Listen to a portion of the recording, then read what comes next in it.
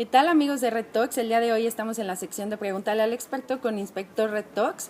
Y tenemos aquí a una persona que es una eminencia en cuestión de serpientes venenosas. Ha viajado por todo el mundo para conocer más acerca de estos animalitos. Y bueno, hoy nos trae N cantidad de información que a todos ustedes les encantará. Él es herpetólogo y bueno, seguramente lo conocen porque él estuvo en un programa de Animal Planet muy famoso hace algunos años que se llama Mark O Shea Big Adventure. Y bueno, es súper importante mencionar que aparte de ser una figura pública en televisión, él ha escrito varios libros acerca de serpientes, entre ellos La Guía de Serpientes de Papúa Nueva Guinea, en donde se habla prácticamente de todas las especies de ese país. Es un excelente fotógrafo de fauna silvestre y bueno, él está aquí con nosotros. Welcome, Mark O Shea. Thank you. It gives me great pleasure to be here in sunny Puebla. Yes, it's very sunny. It is today. So, when did you realize that you like snakes? When I was very young, probably because nobody else did. I was a bit of a rebel, and animals that other people shied away from, that sort of interested me. And so I was interested in snakes. And in the very early 1960s, my family was holidaying in Ireland, which you probably, because my family originally is from Ireland, and you probably know that Ireland has no snakes. No. Not in the wild, but in the zoo, yes. And when we went to the zoo, we were going into the reptile house, and I was probably, I don't know, 6, 7, 8 years maybe, and somebody said to my mother, if you ask the keeper, he will take a snake out for you. Wow. So my mother asked the keeper, and he did. He took out a boa constrictor. And a very big snake. Oh, well, it was very big for a small boy. And it seemed to be twice as long as I was tall, you know. And he put this boa constrictor over my shoulders, and I am touching the snake for the first time, and it was magical. And I totally now fell in love with snakes. But that snake belonged to the zoo. Now, a short while afterwards, I was not in school. I was sick. I'm back in England now, and I was off school sick. And as part of my recovery, my aunt said, I'll take you out for the day. It's sunny. We'll go for a walk. Where would you like to go? And I said, I would like to go to Kinveredge, which was a beauty spot. Near where I lived, and we used to go walking there at the weekends, and there were reputedly snakes there, adders and grass snakes. I'd never seen one. I didn't see one in the wild, but I wanted to go walk there. I always lived in hope. Now my aunt took me, and we're walking through the woodland and the heathland, and she suddenly said, there aren't any snakes here, are there? And I said, well, there are, but I've never seen one. And almost on cue, there was a crackling sound. And I knew what that sound was. I'd never heard it before, but I knew what it was. It was a snake moving over the dead brackets. I said, stop. Like an instinct. Just yet. And I said, stop. And I tried to focus on where the sound was, and I waited. And out of the undergrowth came a male adder. Wow. And it came across towards the path where I was. Now, the snake in the zoo belonged to the zoo.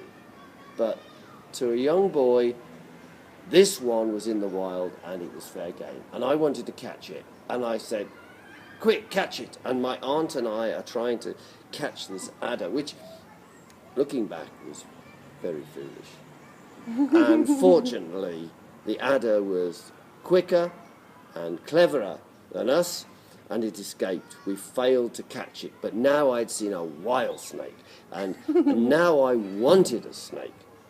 And you were like obsessed with snakes. I wanted a pet snake. And at the time I wrote a letter to Prime Minister Indira Gandhi of India. Wow. And the letter said, Dear Prime Minister Gandhi, you have many snakes in India. Can I have one, please? Really? But, yeah, I never posted it. And I wish I had. It would have been very interesting to see what she replied. Yeah, the answer. But I never posted it. But and what happened with that letter? I don't know what happened with the letter. Childish letter. But I did get a snake. I got an Italian grass snake from the pet shop. Okay. And I called it Escapist. Because it did. Okay. Often. Under the floorboards, behind the boiler in the kitchen. I must have ripped up half of the house trying to get that snake back. I had it for a long time. That was my first snake. And after that, well, I had many pet snakes. But I've moved on much from that now. I don't keep snakes. I don't keep any pets. I travel. Mm-hmm. And if you keep animals, you have a responsibility to take care of them. And because I'm traveling so much, it is a sacrifice that I have made. And to be honest now, I get more pleasure out of working on wild snakes in the wild than keeping them myself. I've gone through the possession. You know, that's many years ago now, decades and decades ago. And so I've gone through the stage where I had 100 or 200 snakes, and I was breeding snakes. I did all of that. Now I don't keep them at home. Okay, I'm at the safari park, curator of reptiles of a collection there, but I do not possess any myself. And I think I've gone through an evolution myself. I've been through the whole pet keeper, serious herpetoculturalist, now I'm a herpetologist, and I study them rather than possess them. So which is your favorite snake? Oh, that's easy. Which one? King cobra. Oh, yes, very pretty. King cobra, it's not the fact that it is the longest venomous snake in the world. That is not the reason. The reason the king cobra is so special to me, and I think you will find this if you talk to anybody who's worked with king cobras, the reason is there's something going on behind those eyes. Snakes are pretty... You don't get the same response from snakes you do from a dog. No, of course not. You know, that they haven't got the intelligence to sort of respond to you. But there's something about king cobras, when you look into their eyes, there is definitely something going on. It's almost as if they're thinking. Our king cobra at work, my king cobra was at work. She's sadly passed now. She was old. But if we were working with her, myself and a colleague, she knew us. But a new member of the team, she would watch them because they were new. And I've caught king cobras in the wild, and I felt an almost spiritual thing going on there. That I caught a king cobra for filming in India, and she kept coming over to me when we were filming.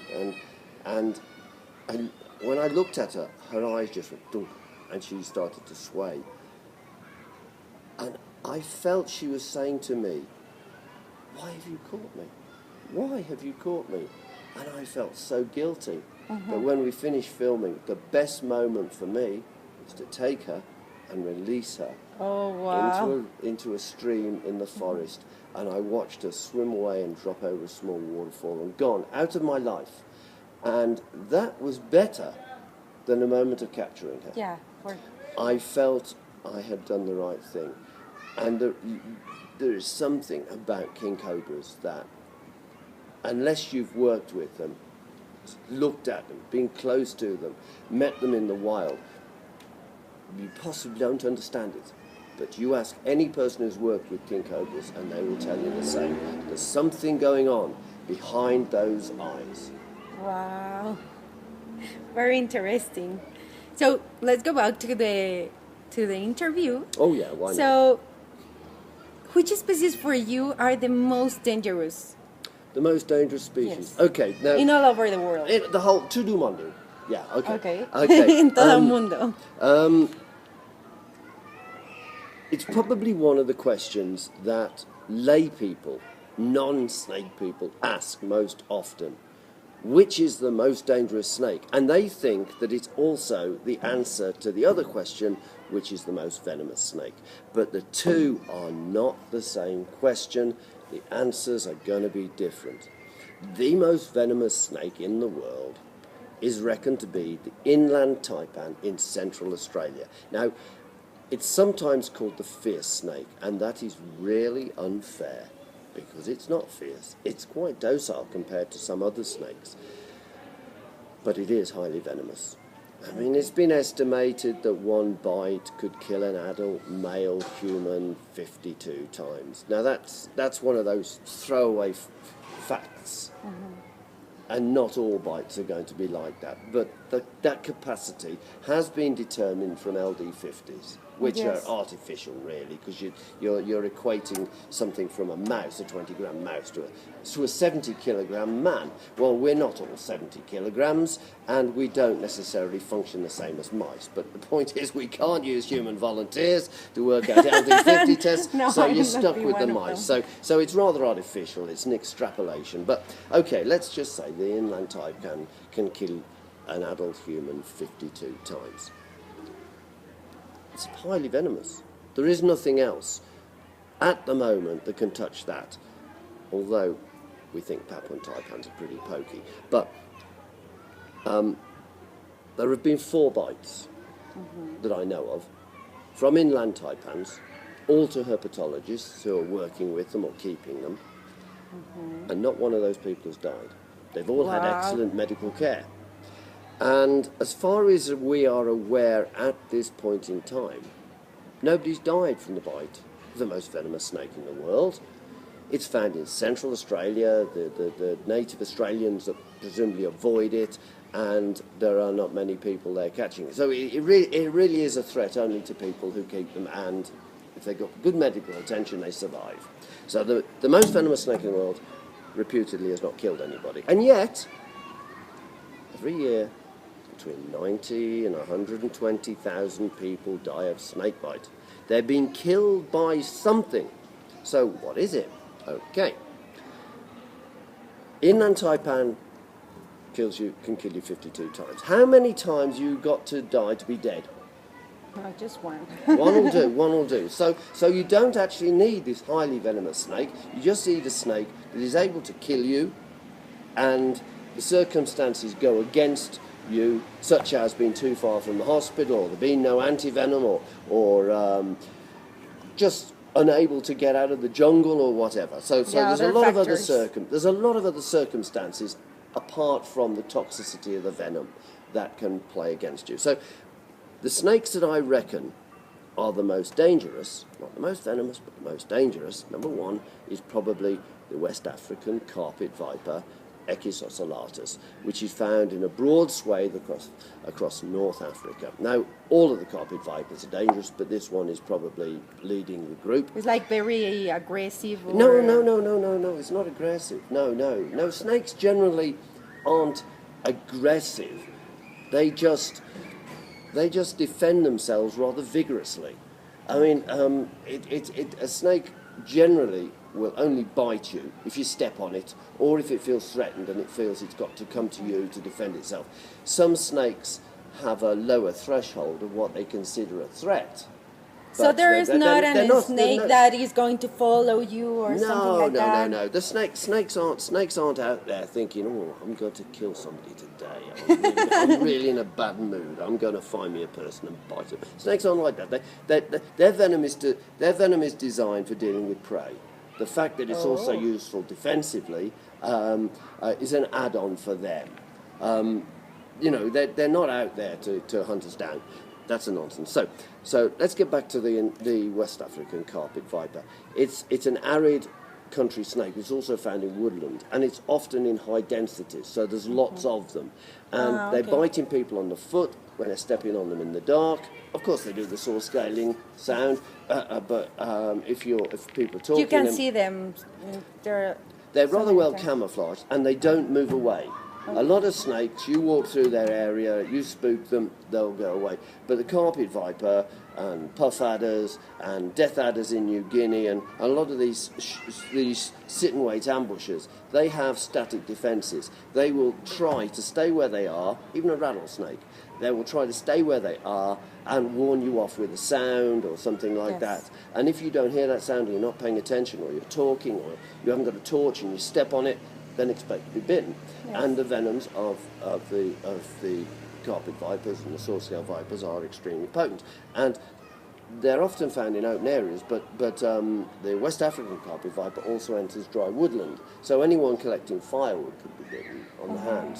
So it's a major problem, and often people are a long way away from medical help, or they don't trust Western hospitals and they prefer to go to the local magic man, shaman, Ayurvedic healer, call it what you will, but they don't go to a hospital, they go to somebody else, and then when they start to get too bad, it's too late. Or they go to a hospital and they haven't got a fridge, they can't, so they don't hold antivenom, or they've used the last of the antivenom, or there isn't a doctor there that knows how to use antivenom. There's so many other factors that play into your chances of survival. Now, I said there were two, and the West African carpet viper is one of them. The other one I would rate very highly is the Russell's viper. Oh, yes. In Sri Lanka. Now, there are two Russell's vipers. There's a South Asian Russell's viper in Nepal, India, Pakistan, and Sri Lanka, possibly also Bangladesh. And then there's the Southeast Asian Russell's viper, which is in southern China, it's in Burma, it's in Thailand, it's in, I think it's into Cambodia. Then there's populations in Taiwan, there's populations in Indonesia. There's two different species, but I'm talking about South Asian Russell's viper at the moment. There is antivenom in India for this snake. They are starting to produce antivenom in Sri Lanka also, because the Sri Lankan, although it's the same species, venom is designed to deal with prey. And if a snake in one locality is feeding on prey A, and a snake in another locality is feeding on prey B, over time their venoms are going to vary, and the composition. Like speciation? Yeah, well, the point is that they are not. It's the same species, because venom's evolving in this predator-prey arms race. So it's the same species, but its venom may vary across its range. Its venom may even vary from juvenile to adult, because the juvenile might be taking lizards, which it needs to kill with a neurotoxin, and the adult's taking rodents, which it needs to have a cytotoxin to break the prey down and digest it. So you'll even see venom changes from juvenile to adult. But the thing about the Russell's viper in Sri Lanka is that it has 3 or 4 ways of killing you that might not be addressed by the Indian antivenom, because the Indian antivenom is produced from venom from snakes in India, not necessarily from Sri Lanka. And so you really want a specific Sri Lankan antivenom to deal with that situation. And that's a snake that gets into the paddy fields in large numbers, along with cobras and krites, of course, and bites a lot of people. And Sri Lanka hasn't got a big population, but 400 people may die a year of snakebite. And they do have Ayurvedic physicians who are the traditional healers. And folks may feel more inclined to go to the Ayurvedic than to go to the Western hospital. And, you know, I met an Ayurvedic once who said that he could cure 19 out of 20 snake bites. Now that sounds impressive. Yes. But what if 19 of those bites were by non-venomous snakes?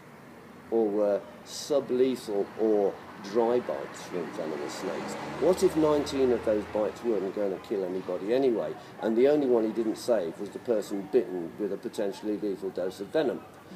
What would have happened if that one person had gone to hospital? They might have lived. Reliance on traditional methods can be dangerous. Which brings me on, I think, to another one of your questions, which is what is the cure for snakebite? If it is a severe snakebite that is life-threatening, in my opinion, and I'm not a doctor, not a medical doctor, but in my opinion, snakebite antivenom is the only recourse in the case. Your only option. Yeah, I can't think of anything else. Okay, somebody's bitten by a neurotoxic snake. They could be artificially intubated and kept kept breathing by machinery for 3 or 4 days if it's a postsynaptic or presynaptic neurotoxin, until they're able to breathe themselves again. Yes, you could maintain their breathing without antivenom and bring them out the other side. But sometimes you then get reliance on the machinery. People that have been intubated for a long time, I understand, and I'll say again, I'm not a medical doctor, but they can get reliant on that. So starting people breathing themselves again is supposedly a problem, can be a problem. But antivenom is the most effective and important treatment of snakebite if it is a potentially lethal bite. You don't just give it. It really has to be assessed by a doctor, and there are many bites. I've had bites that, although from potentially dangerous snakes, the bites have not been severe enough to warrant the use of antivenom. And that is a decision made by the doctor, who reads all the signs and symptoms, and you just don't. Antivenom can be expensive. It also is potentially dangerous if it's given for no reason, and you can build up a hypersensitivity. So you don't just automatically give it to everybody who's bitten by a snake. It needs assessing. It needs assessing. Even with the venomous snakes, you never give it for a non-venomous snake, of course, but even with a venomous snake bite, it needs to be assessed. And this is another reason why, in the case of a snake bite, any snake bite, if you don't know that it's harmless, you should go to hospital. And you should put your life in the hands of the medical experts. Yes, it's the best way to be healthy. Well, to survive, yeah, absolutely. Lapids or piperids, which venom is worse for you? Well, it's very hard to compare venoms.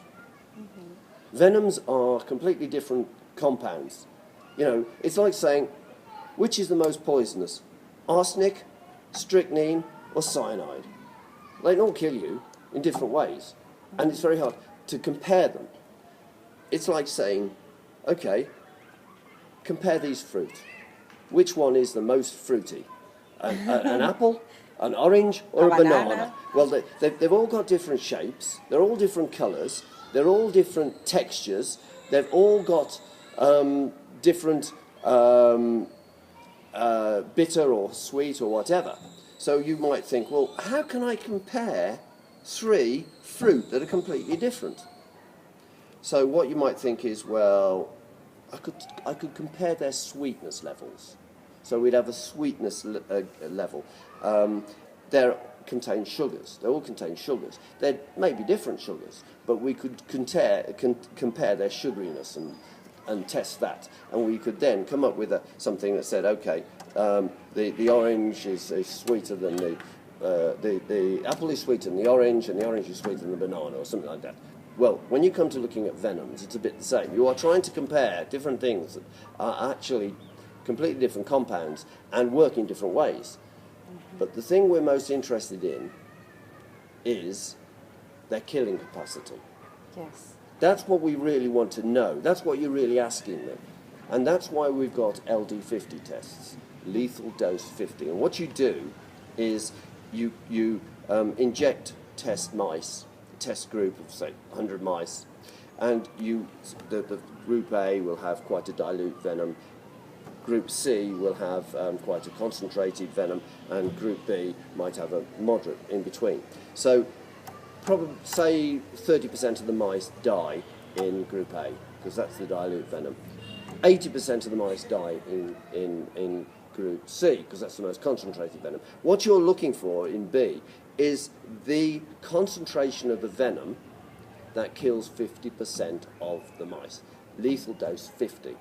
That then is so you then, once you've ascertained that, you work out what that concentration of venom is.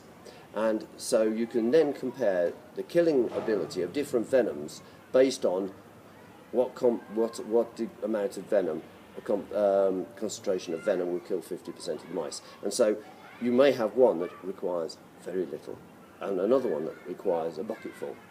And you know then that you can draw a scale, and you can stick the inland taipan and the eastern brown snake and the Papuan taipan right up there on the very small amount that kill you, and down at the other end you've got a lot of less venomous snakes. So we can compare them. Now, you ask me vipers or elapids. Again, this comes back to, let me generalise, because there's only one rule in nature, and that is there are no rules in nature. Okay?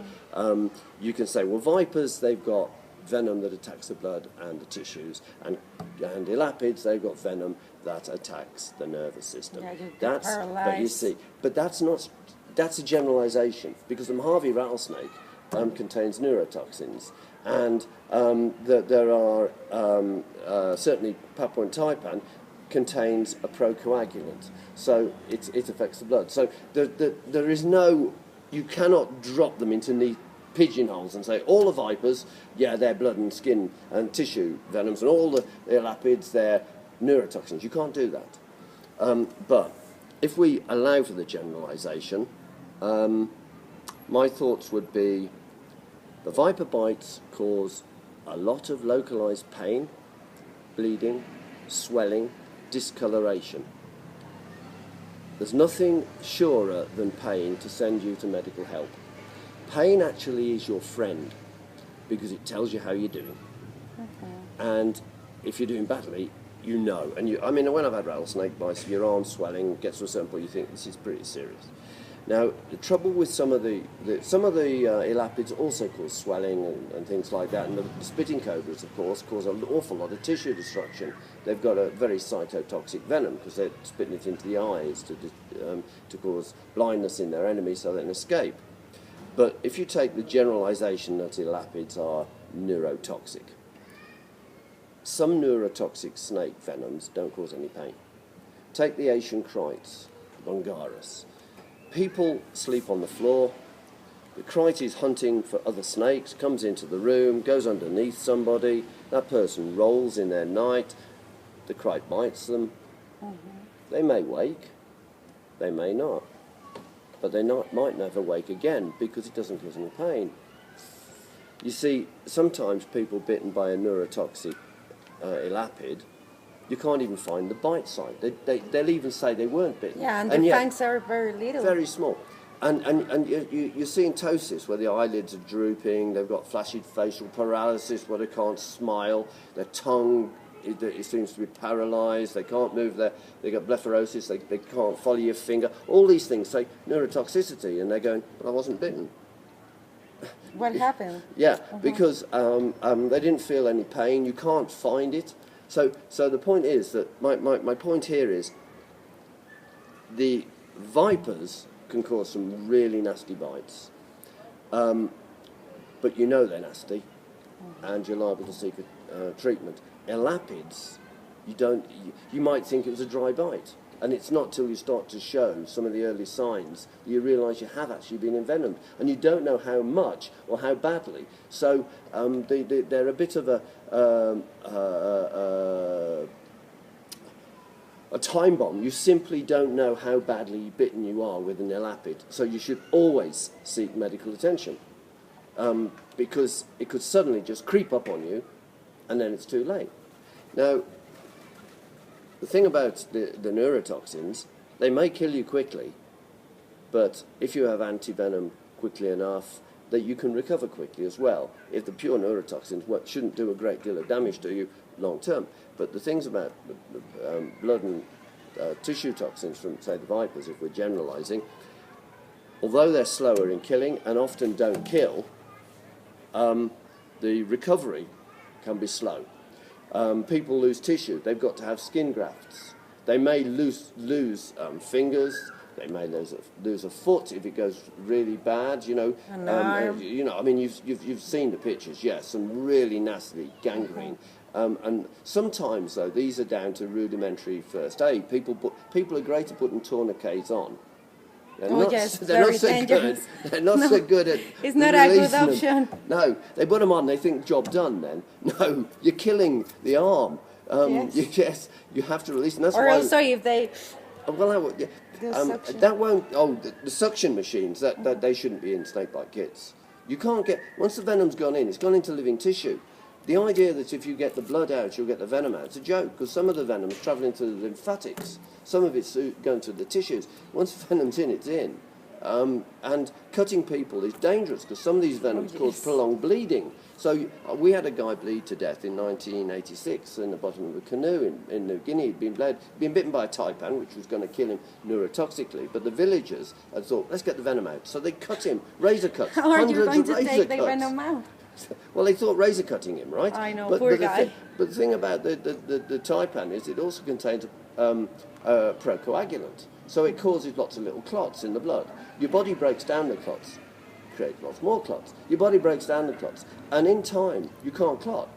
And then you could become incoagulable, and then you bleed, and you bleed, and you bleed from everything. And this guy got hundreds of cuts in him. And if you cut, yeah, razor cut is dangerous.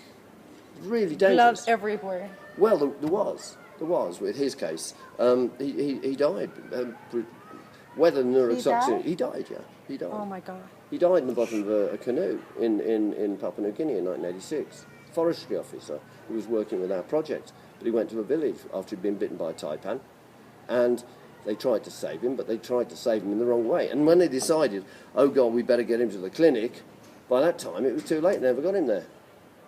So really, you get this with reptile keepers though sometimes. They get bitten by a venom. I've done it. You're bitten by a venomous snake, and you think, did it get me? Did it get me? I hope that's a dry bite. And then you can feel then you start to feel. Very deep, the pain starts, and then it starts to grow, if it's a viper. With the elapid, you might not know.